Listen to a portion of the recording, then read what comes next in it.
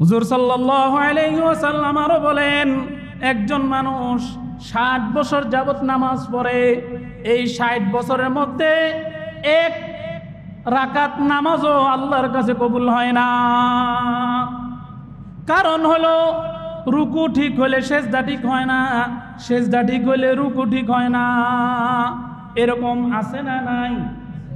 আছে, এরকম আছে। এই জন্য কত জরুরি নামাজ শিখা, কত জরুরি নামাজ সঠিকভাবে শিখা। এইটা নামাজ যেমন ফরজ, নামাজ সঠিকভাবে শিখা এটাও ফরজ। এই ফরজের কোনো ছাড় নাই, মাপ নাই।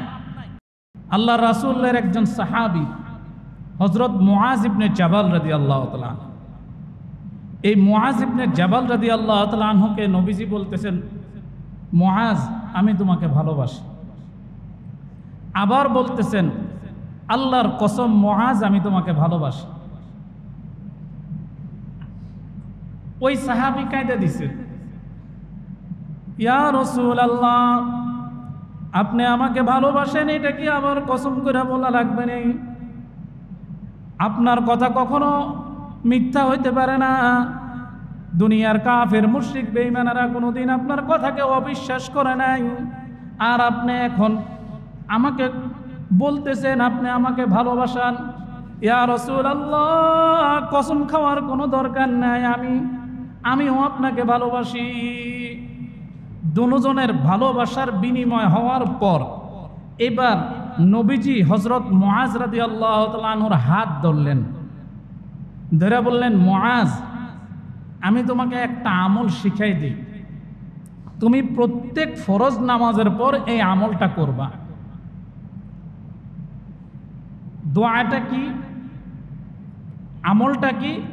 আল্লাহর নবী বলতেছেন প্রত্যেক ফরজ নামাজের পর তুমি এই দোয়া করবা, আল্লাহুম্মা আইন্নি আলা যিকরিকা ওয়া শুকরিকা ওয়া হুসনি ইবাদাতিক, আল্লাহুম্মা আইন্নি আলা যিকরিকা ওয়া শুকরিকা ওয়া হুসনি ইবাদাতিক। এর অর্থ হইল আল্লাহুম্মা আইন্নি আলা যিকরিকা, আল্লাহ আপনি আমাকে জিকিরকারী বান্দা হিসেবে কবুল করেন, ওয়া শুকরিকা এবং শুকর গুজার বান্দা হিসেবে কবুল করেন, আমিন, ওয়া হুসনি ইবাদাতিক, আল্লাহ আপনি আমাকে এমন আমল করার তৌফিক দান করুন যে আমল করলে আপনি রাজি খুশি হবেন। সুবহানাল্লাহ, আমিন। আল্লাহ আমাদেরকে এই আমলটা করার তৌফিক দান করুক, সকলে বলে আমিন। আমলটা কিন্তু কথাটা 3 লাইনের বা 3 শব্দের, কিন্তু এটার অর্থ, এটার গভীরতা বড় মারাত্মক। তো আল্লাহ তাআলাও এই শুকর করলে আল্লাহ খুশি হন, আর আল্লাহ যাতে আমাকে শুকর গুজার বান্দা হিসাবে কবুল করেন এই জন্য আল্লাহর কাছে দোয়া করতে হবে। কথা বুঝে আসছে? এমন যাতে না হয় কিছুদিন আমি আল্লাহর ইবাদত করছি, এরপরে আবার ইবাদত ছেড়ে দিছি, তাহলে আমি আগে যা ছিলাম এখনো তাই। এই জন্য ইবাদতের লাইনে আসার পরে আল্লাহর কাছে দোয়া করতে হবে, আল্লাহ আপনি যেহেতু আমার ঘুরাইয়েই নিয়ে আসছেন, কোনো সময় আল্লাহ কখনো কোনো অপরাধের কারণে, কোনো গুনার কারণে আল্লাহ আপনি আমাকে হেদায়েতের লাইন থেকে সরাই নিয়েন না। সকলে বলে আমিন। এজন্য এই সমস্ত দোয়াগুলি আমল করব ইনশাআল্লাহ। মুহতারাম হাজিরিন, গত সপ্তাহে আমি আলোচনা করছিলাম ওযু সম্পর্কে। আলহামদুলিল্লাহ, এই ওযু সম্পর্কে আলোচনা করার কারণে অনেক মানুষ আমাকে বলছে, হুজুর অনেক দিন পরে আমরা ওযুটা সুন্দর করে দেখলাম, এরকমভাবে শিখলাম, এরকমভাবে তো আর দেখিও নাই আর শিখিও নাই, আমরা আমাদের মতো করে ওযু করতাম। এই জন্য আমি আজকে নিয়ত করছি ইনশাআল্লাহ, ওযু যেমন শিখাই আমরা ওযুর আলোচনা করছি, আজকে আমরা নামাজের আলোচনা করব ইনশাআল্লাহ। নামাজটা আমরা কিভাবে পড়ব, কিভাবে পড়লে, কাকা সামনে আসে, কিভাবে পড়লে, একটু জায়গা দেন ভাই, কিভাবে পড়লে আল্লাহ তাআলা খুশি হবেন, আমাদের নামাজটা আল্লাহ পছন্দ করবেন, এইভাবে আমাদের নামাজটা শিখা দরকার। আছে না নাই ভাই? আছে, আছে। আল্লাহ বলেন, হাফিজু আলাস সালাওয়াতি ওয়াস সালাতিল উসতা ওয়া কুমু লিল্লাহি কানিতিন। আল্লাহ বলেন, হাফিজু আলাস সালাওয়াতি ওয়াস সালাতিল বুসতা, তোমরা তোমাদের নামাজের ব্যাপারে যত্নবান হও, নামাজের হেফাজত করো। অকুমু লিল্লাহি কানিতিন, এবং আল্লাহর সামনে বিনয়ের সাথে দাঁড়াও, বিনয়ের সাথে আল্লাহর সামনে দাঁড়াও। সুবহানাল্লাহ। মুহতারাম হাজিরিন, নবীজি সাল্লাল্লাহু আলাইহি ওয়াসাল্লাম একবার সাহাবীদেরকে বলতেছেন, ও আমার সাহাবারা, চোর হিসাবে সবচেয়ে নিকৃষ্টতম চোর ওই ব্যক্তি যারা নামাজের মধ্যে চুরি করে। সাহাবারা জিজ্ঞাসা করলেন, ইয়া রাসূলুল্লাহ, নামাজের মধ্যেও কি আবার চুরি হয়? নামাজের মধ্যে কিভাবে চুরি করে? নবীজি বললেন, যে নামাজের মধ্যে রুকু সেজদা ঠিক মতো আদায় হয় না, ওইটাই হইল নামাজের মধ্যে চুরি করা। মুফাসসিরিনে কেরাম লিখছেন, আল্লাহর নবী নামাজে রুকু সেজদা না করাকে কেন চোরের সাথে সাব্যস্ত করলেন? মুফাসসিরিনে কেরাম বলেন, এই পৃথিবীতে যত কাজ আছে এর মধ্যে সবচেয়ে নিকৃষ্টতম কাজ হলো চুরি করা। তো একজন মানুষ দুনিয়ার ঘর বাড়ি ব্যাংক ব্যালেন্স এদিক থেকে চুরি করে, এই চোরকে কেউ পছন্দ করে না, সবাই ঘৃণা করে, চোরের সাথে কেউ সম্পর্ক করতে চায় না। ঠিক এই জন্য আর এই লোকটা চোর হিসাবে দুনিয়ার সম্পদ চুরি করলে এক রকমে ধরে নেওয়া যায়, কিন্তু এই লোকটা চুরি করতেছে স্বয়ং আল্লাহর সামনে দাঁড়ায়া।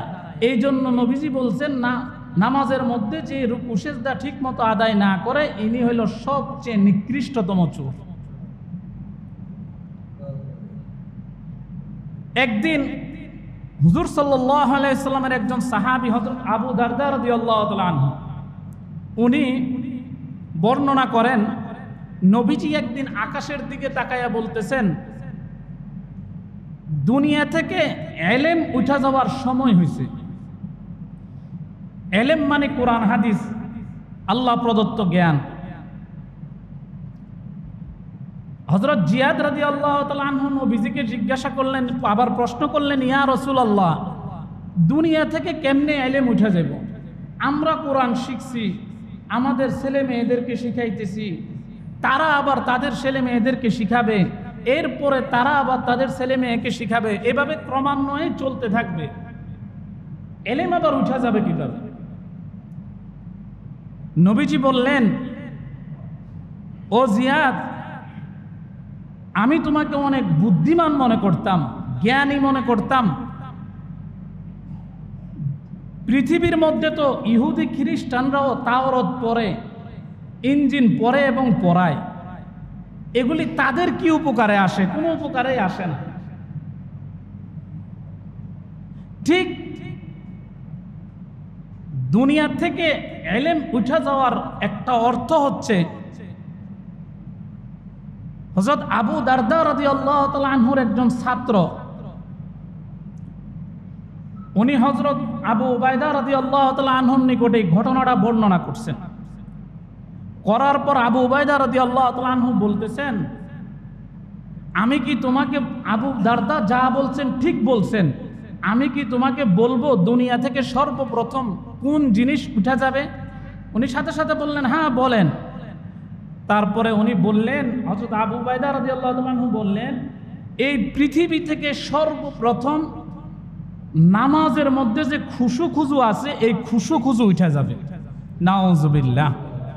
পৃথিবী থেকে সর্বপ্রথম নামাজের মধ্যে যে খুশু খুজু আছে, এই খুশু খুজু উঠা যাবে। এখন প্রশ্ন হচ্ছে, খুশু খুজু কি? এটা আমরা অনেকেই বুঝি না।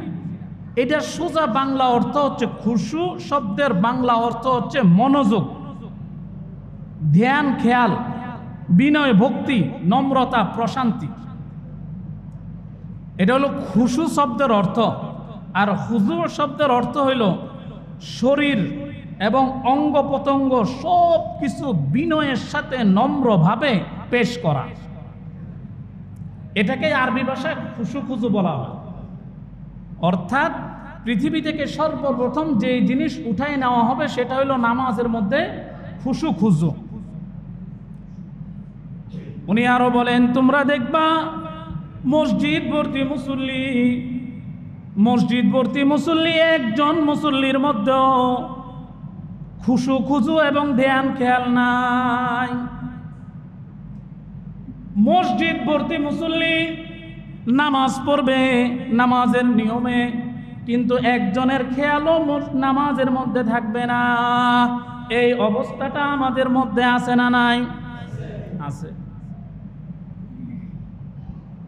আমাদের মধ্যে আছে না নাই এটার একটা প্রমাণ আমি দেই।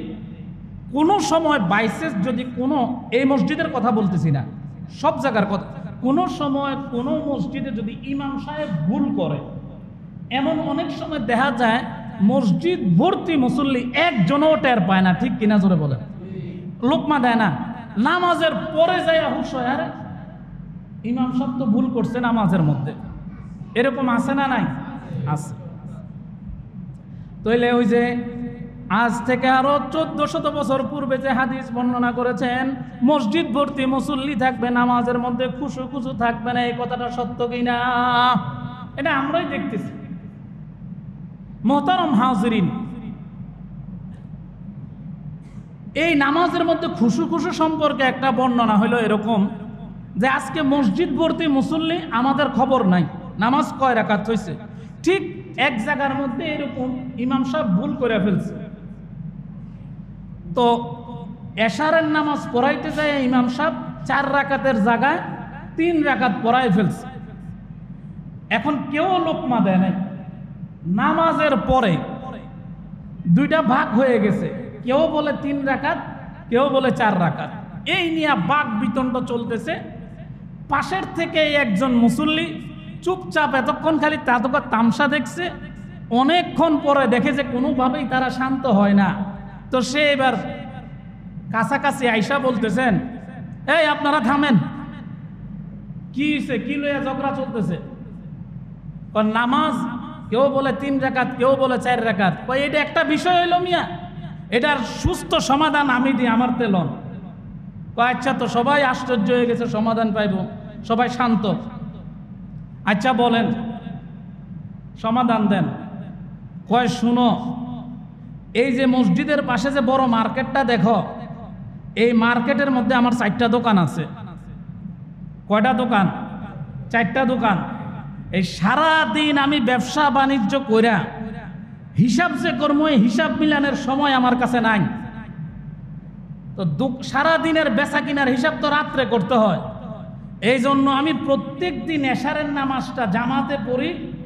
তো এই নামাজের মধ্যে আইলে আমি কিছুটা সময় পাই, এই 4টা দোকানের হিসাব আমি 4 রাকাত নামাজের মধ্যে মিলাই, নাউযুবিল্লাহ।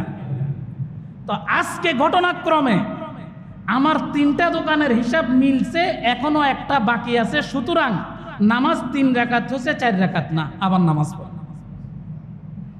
এরকম অবস্থা আমাদের আছে কি নাই জোরে বলেন? এই হইলো আমাদের নামাজের ধ্যান খেয়ালের অবস্থা। কথা বুঝছেন? হ্যাঁ, ব্যবসায়িক হিসাব মিলায় নামাজের মধ্যে আসলে নামাজের কোনো খবর নাই, খবর হইল দোকানের, ঠিক কিনা জোরে বলেন? হযরত হুযায়ফা রাদিয়াল্লাহু তাআলা আনহু বলেন, যেই নামাজের মধ্যে খুশু খুজু থাকে না, রুকু সেজদা ঠিক হয় না, এইরকম নামাজের প্রতি আল্লাহ ভ্রুক্ষেপ করেন না, আল্লাহ তাকা নেই না, নাউযুবিল্লাহ, আল্লাহ তাকা নেই না। হুজুর সাল্লাল্লাহু আলাইহি ওয়াসাল্লাম আরো বলেন, একজন মানুষ 60 বছর যাবত নামাজ পড়ে, এই 60 বছরের মধ্যে 1 রাকাত নামাজও আল্লাহর কাছে কবুল হয় না। কারণ হলো রুকু ঠিক হলে সেজদা ঠিক হয় না, সেজদা ঠিক হলে রুকু ঠিক হয় না। এরকম আছে না নাই? আছে, এরকম আছে। এই জন্য কত জরুরি নামাজ শিখা, কত জরুরি নামাজ সঠিকভাবে শিখা। এইটা নামাজ যেমন ফরজ, নামাজ সঠিকভাবে শিখা এটাও ফরজ। এই ফরজের কোনো ছাড় নাই, মাপ নাই। তাবরানী শরীফে একটি হাদিস আছে, হযরত আনাস রাদিয়াল্লাহু তাআলা আনহু বর্ণনা করেন। হযরত আনাস রাদিয়াল্লাহু তাআলা আনহু বলেন, নবীজি সাল্লাল্লাহু আলাইহি ওয়াসাল্লাম বলেন, যেই ব্যক্তি ইহতিমামের সাথে গুরুত্ব সহকারে সময় মতো নামাজ আদায় করে, ওযু করে, রুকু সেজদা ঠিক মতো করে, নামাজের অন্যান্য বিষয়গুলি সঠিকভাবে আদায় করে, এই নামাজটা নামাজের জন্য নূর হয়, আলো হয়। নূর এবং আলো হইয়া নামাজিকে দোয়া দিতে দিতে দিতে দিতে সেটা উপরের দিকে উঠে নামাজিকে দোয়া দেয়, ও আল্লাহ, এই ব্যক্তি আমাকে যেইভাবে হেফাজত করছে, যেইভাবে আমাকে সুন্দরভাবে আদায় করছে, আপনিও আল্লাহ সেইভাবে তাকে হেফাজত করেন। একটু জোরে কোন সুবহানাল্লাহ।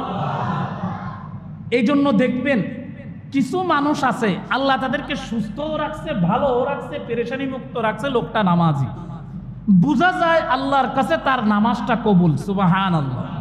কারণ নামাজি যে দোয়া নামাজ যে তারা দোয়া দিতেছে, এই দোয়ার একটা প্রতিক্রিয়া আছে না।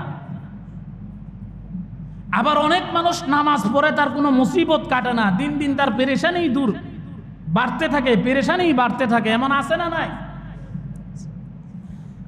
আবার বর্ণনা করেন, আর যদি কোনো মানুষ অন্যায়ভাবে নামাজ পড়ে, সময় মতো নামাজ না পড়ে, অসময়ে পড়ে, ওযুও ঠিক মতো করে না, রুকুও ঠিক মতো করে না, সেজদাও ঠিক মতো করে না, এই নামাজটা বিশ্রী, কালো, বিশ্রী এবং ত্রুটিযুক্ত হয়।